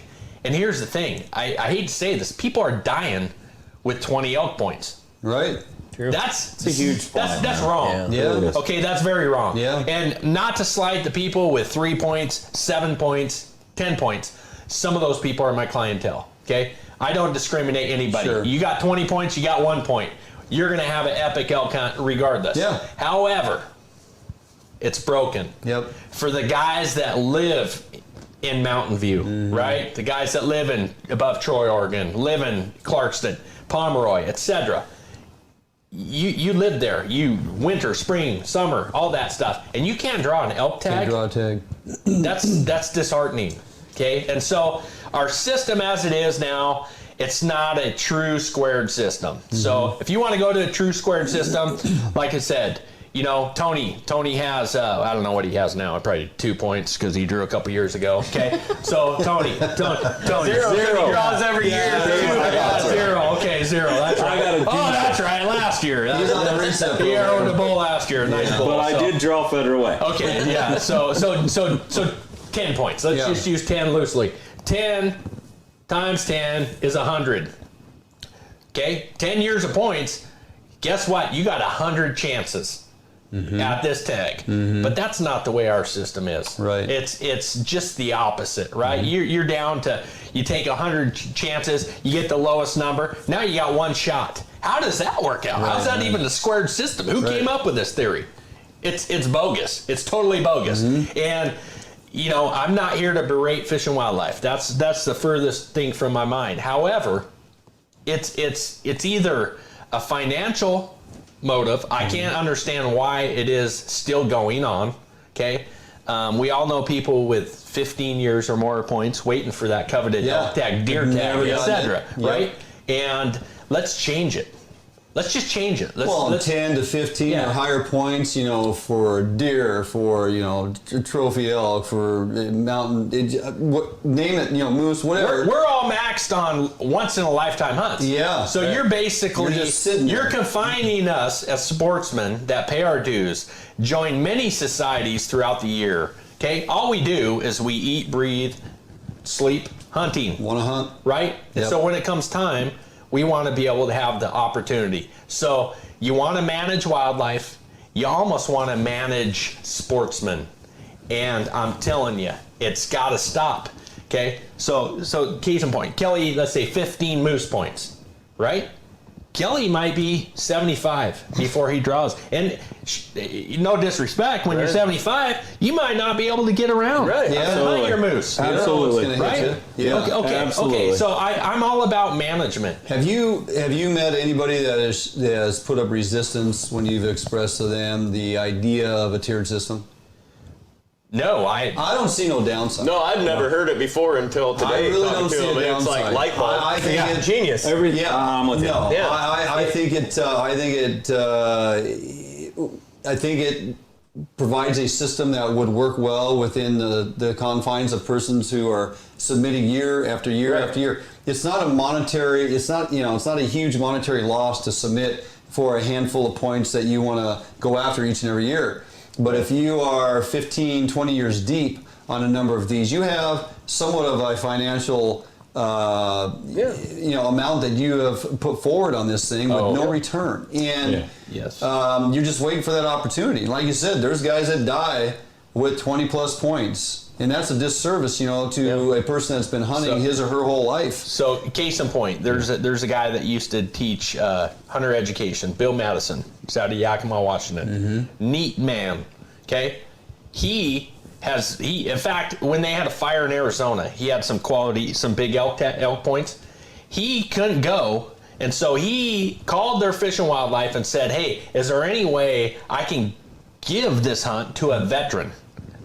And Fish and Wildlife, they're like, no, it's a good idea, a good concept, but no, you can't. Well, that brings up another point. It's to say, maybe you get to that point in your life, you should be able to gift those points to somebody in your family who's able, right? It's a complete disservice to have somebody patronize year after year and pay those dues and pay that money out just to have it go away with the fact that you no longer are physically capable or you pass on. So there should be multiple changes that come about in the future. I love the tier system idea, and I hope folks are listening because I think it's a valid discussion to have.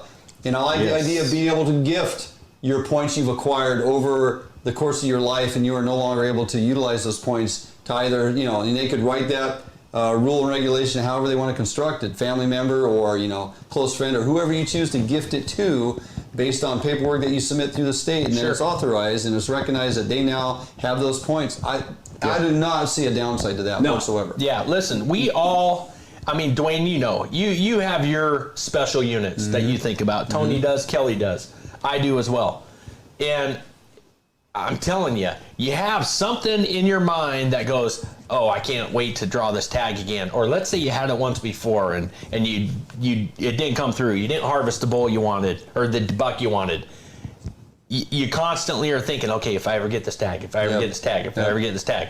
So, and here's another thing too. So Fish and Wildlife on paper and website, social media, they list how many applicants put in for certain areas. Okay, that to me is, in a sense, if you haven't done your own research, you're just a guy starting out, you're like, hey, let's see, deer tag, you know what, maybe the Chelan area, well, 10,000 people put in for it, or moose, right? Well, 10,000 people, 12,000 people put in, that must be a popular one, I'll put it in there. Right. They don't know anything about the unit, as opposed to the guys that's all they think about is that unit when they draw the tag, where their camp's going to be, etc. Okay, and so and then they draw with 1 to 7 points, and you have 19. Yeah, the system's got to change. Yeah, period. Yeah, I like it. I like the kind of open the mind and think about this stuff. Sure, a little outside the box of what the norm is that we've all been subjected to forever. This point system's been the way it is, and for those that are complacent just to say, it's the system, it's the way it is. Well, if they don't hear from us, they're not going to be willing to change. Right. And so, how many people do we know come draw day, right? We all, the results are out. The results are out. Do you draw anything?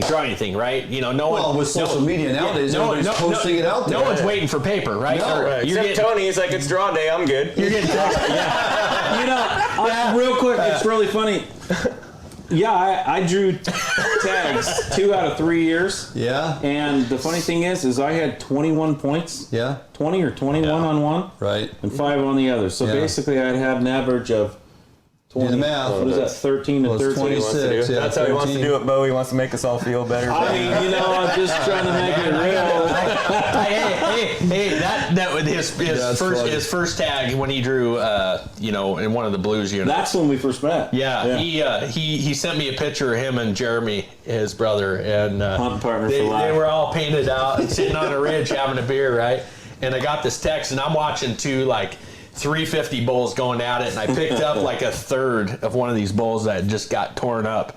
And him and I were actually going back and forth. I'm like, you need to get your ass over here like now. And it was the next day they were sitting on the ridge that he arrowed that bull and then drop tying. It's a beautiful bull. So, it worked out. Fantastic. So. All right, good stuff. I like where that's going. Hopefully we can generate some interest. We're getting quite a few comments listed here that folks are in agreement that they have felt for a long time that the system is broken. Absolutely. It doesn't mean that we cannot, as hunters, come together and try to, drive change in ideas and how these systems are built. So if they give us a platform to speak, we're going to do so. Yep, absolutely. And try to get this. And you have to. Absolutely. You have to speak. Yep, I would like to think that if we can, move this forward and we can somehow affect change in the realm of the Washington State draw system, and it becomes some type of a tiered system, or there's a gifting program that potentially it started right here in the studios at Fish Hunt Northwest. Absolutely.